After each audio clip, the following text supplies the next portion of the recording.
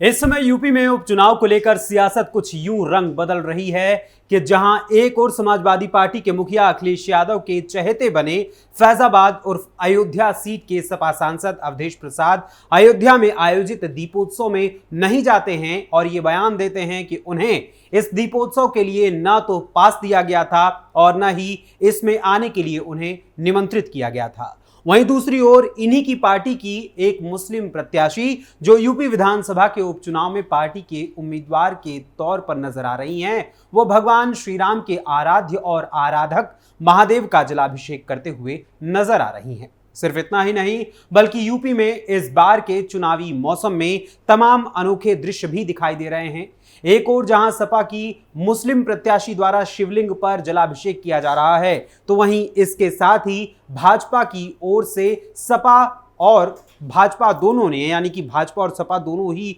Slogan politics और poster politics भी खेल रहे हैं। सीएम योगी के कटेंगे तो बटेंगे नारे को लेकर सपा की ओर से जुड़ेंगे तो जीतेंगे का नारा देते हुए सूबे की राजधानी लखनऊ में पोस्टर लगाया गया है। आखिर इस पूरी पॉलिटिकल खिचड़ी में क्या कुछ पक रहा है और इसमें कितने मेल की चीजों को मिलाया जा रहा है, आज की इस कई मेल की खिचड़ी के बारे में हम विस्तार से बात करेंगे थर्ड आई के आज के इस अंक में। नमस्कार, कैपिटल टीवी उत्तर प्रदेश देख रहे हैं आप और मैं हूं आपके साथ अखिलेश पांडे।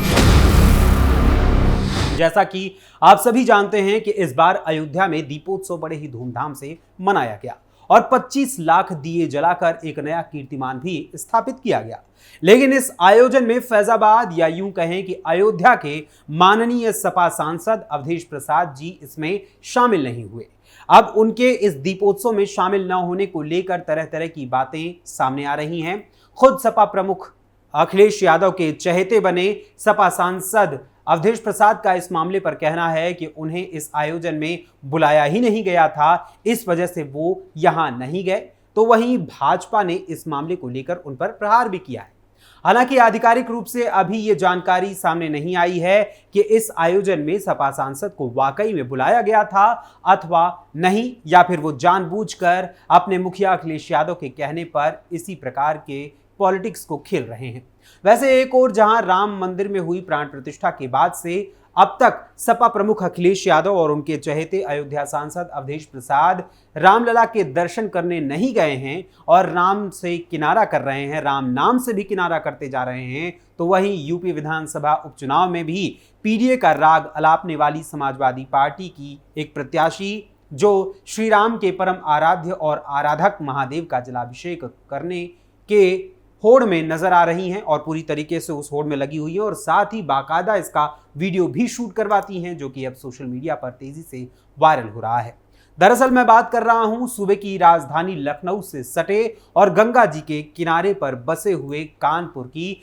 जहां की सीसामऊ विधानसभा सीट पर उपचुनाव होने जा रहा है और इसी सीट पर सपा ने महाराजगंज जेल में सजा काट रहे पूर्व विधायक इरफान सोलंकी की पत्नी नसीम सोलंकी को अपना उम्मीदवार बनाया है। वहीं भाजपा ने ब्राह्मण चेहरे सुरेश अवस्थी पर अपना दांव लगाया है और दांव खेलते हुए उन्हीं को अपना प्रत्याशी घोषित किया है और साथ ही बसपा ने वीरेंद्र कुमार को इस सीट पर अपना चुनावी उम्मीदवार बनाया है।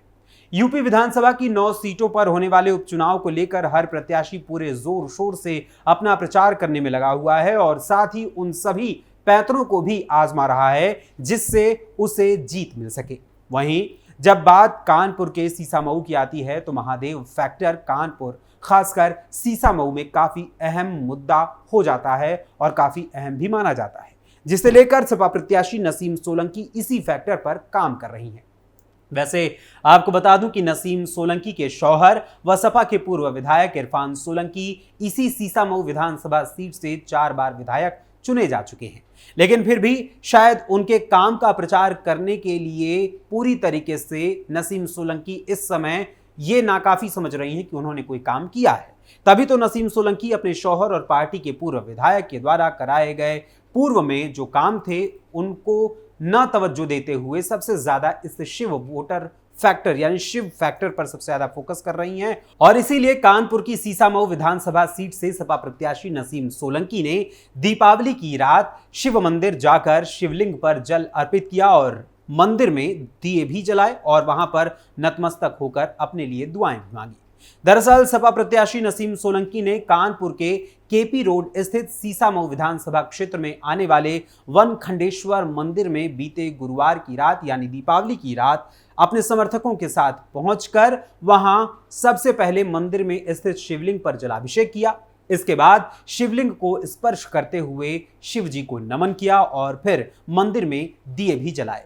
एक और जहां नसीम सोलंकी भगवान श्री राम के परम आराध्य और आराधक भगवान शिव के दर पर माथा टेककर अपनी जीत के लिए उनसे प्रार्थना कर रही हैं, तो वहीं उनके नेता सपा प्रमुख अखिलेश यादव ने सोशल मीडिया प्लेटफॉर्म एक्स पर ट्वीट करते हुए एक पोस्ट शेयर की है जिसमें 2 पोस्टर लगे हुए हैं। एक में सीएम योगी की फोटो के साथ बटेंगे तो कटेंगे का स्लोगन है, तो वहीं दूसरे में अखिलेश यादव की फोटो के साथ जुड़ेंगे तो जीतेंगे का स्लोगन लिखा हुआ है। ये दोनों ही पोस्टर सूबे की राजधानी लखनऊ में लगाए गए हैं। यानी इन पोस्टर के जरिए जहां एक ओर बटेंगे तो कटेंगे का नारा देकर सीएम योगी और भाजपा हिंदू एकता पर बल दे रहे हैं, तो वहीं सपा जुड़ेंगे तो जीतेंगे के नारे के साथ जातिगत आधार पर अपनी राजनीति खेल रही है। यानी जीत के लिए दोनों ही ओर से अपने अपने तरकश से तीर निकालकर अलग अलग स्वरूप में विरोधी पर चलाए जा रहे हैं और इस तीरंदाजी में अपनी अपनी किस्मत आजमाने के लिए दोनों ही दलों के प्रत्याशी चुनावी मैदान में उतर चुके हैं। वैसे जिस कानपुर की सीसामऊ विधानसभा सीट पर सपा प्रत्याशी नसीम सोलंकी अपनी जीत के लिए भगवान भोलेनाथ का जलाभिषेक कर रही हैं और उनके द्वार पर यानी कि उनके दर पर मस्तक टेक रही हैं, उस सीसामऊ विधानसभा सीट पर होने वाला चुनावी मुकाबला काफी दिलचस्प हो गया है। सीसामऊ विधानसभा सीट पर भाजपा और सपा दोनों के ही बीच प्रतिष्ठा की लड़ाई है। एक ओर जहां सपा प्रमुख अखिलेश यादव तो दूसरी ओर खुद सूबे के मुखिया योगी आदित्यनाथ सीसामऊ विधानसभा सीट की मॉनिटरिंग लगातार कर रहे हैं। सीएम योगी आदित्यनाथ जहां सीसामऊ विधानसभा सीट पर भाजपा प्रत्याशी सुरेश अवस्थी के लिए पहले ही जनसभा कर चुके हैं, तो वहीं सपा प्रमुख अखिलेश यादव भी जल्द ही अपनी प्रत्याशी नसीम सोलंकी के पक्ष में एक जनसभा करने वाले हैं और लोगों से वोट की अपील करने वाले हैं। वहीं गौरतलब है कि सीसामऊ विधानसभा सीट पर जहां सपा ने मुस्लिम महिला चेहरे पर अपना दांव लगाया है, तो वहीं भाजपा ने ब्राह्मण चेहरे को चुनावी मैदान में उतारा है। वहीं इस सीसामऊ विधानसभा सीट पर सबसे अधिक संख्या में मुस्लिम मतदाता हैं, तो वहीं ब्राह्मण वोटर्स की संख्या यहां दूसरे नंबर पर आती है। एक और जहां सपा मुस्लिम वोटर्स को साधने में लगी हुई है, तो वहीं भाजपा ब्राह्मण वोटर्स पर अपना निशाना लगाने में लगी हुई है। लेकिन यह भी खास है कि यहां दोनों ही दलों के प्रत्याशी अपने पक्ष में मतदाताओं को करने के लिए अलग अलग कार्ड भी खेल रहे हैं। वहीं यहां अगर हम वोटर्स की संख्या की बात करें और उनकी जातियों की चर्चा करें, तो सीसामऊ विधानसभा क्षेत्र में एक अनुमान के अनुसार यहां मुस्लिम मतदाताओं की संख्या तकरीबन 1,11,000 है। वहीं ब्राह्मण वोटर्स यहां लगभग 70,000 की संख्या के आसपास है। यहां अगर संख्या के आधार पर तीसरे नंबर पर बात करें, तो तीसरे नंबर पर संख्या के आधार पर दलित वोटर्स आते हैं, जिनकी संख्या तकरीबन 60,000 के आसपास है। इनके अलावा कायस्थ 26,000, सिंधी एवं पंजाबी 6,000, क्षत्रिय 6,000 और अन्य पिछड़ा वर्ग के यहां लगभग 12,411 मतदाता हैं, जो यहां निर्णायक भूमिका निभाते हैं। अब ऐसे में सीसामऊ विधानसभा सीट पर कौन बाजी मारेगा, ये तो आने वाला वक्त ही बताएगा, यानी कि समय के अनुसार ही पता चलेगा कि यहां पर कौन मुकद्दर का सिकंदर होगा। फिलहाल इस समय देश में यूपी, बिहार समेत कुल 14 राज्यों की 48 विधानसभा सीटों पर उपचुनाव का बिगुल बजा हुआ है और 13 नवंबर को इन सभी सीटों पर चुनाव होने हैं और उसके बाद 23 नवंबर को वोटों की गिनती की जाएगी और उम्मीदवार जो भी यहां पर विजयी होंगे उनको घोषित किया जाएगा। वहीं यूपी में कानपुर की सीसामऊ विधानसभा सीट के अलावा अंबेडकर नगर की कटहरी, प्रयागराज की फूलपुर, मिर्जापुर की मझवा विधानसभा सीट, अलीगढ़ की खैर, मुरादाबाद की कुंदरकी, मुजफ्फरनगर की मीरापुर, गाजियाबाद की सदर और मैनपुरी की करहल विधानसभा सीट पर इस समय उपचुनाव होने वाले हैं, जिनके लिए सभी प्रत्याशी अब अपने पूरी तरीके से अपने अपने क्षेत्र में प्रचार प्रसार करने के लिए जोर शोर से लगे हुए हैं और साथ ही बयानबाजियों का भी दौर चल रहा है। अब इस बार के उपचुनाव में मुख्य मुकाबला भाजपा और सपा के बीच है, लेकिन इसी मुख्य मुकाबले में बसपा भी इन दोनों ही दलों की सीधी लड़ाई में उतर चुकी है, जो किसी सीट पर भाजपा को तो किसी सीट पर सपा को नुकसान पहुंचाने की कोशिश में और उसी तरकीब में लगी है।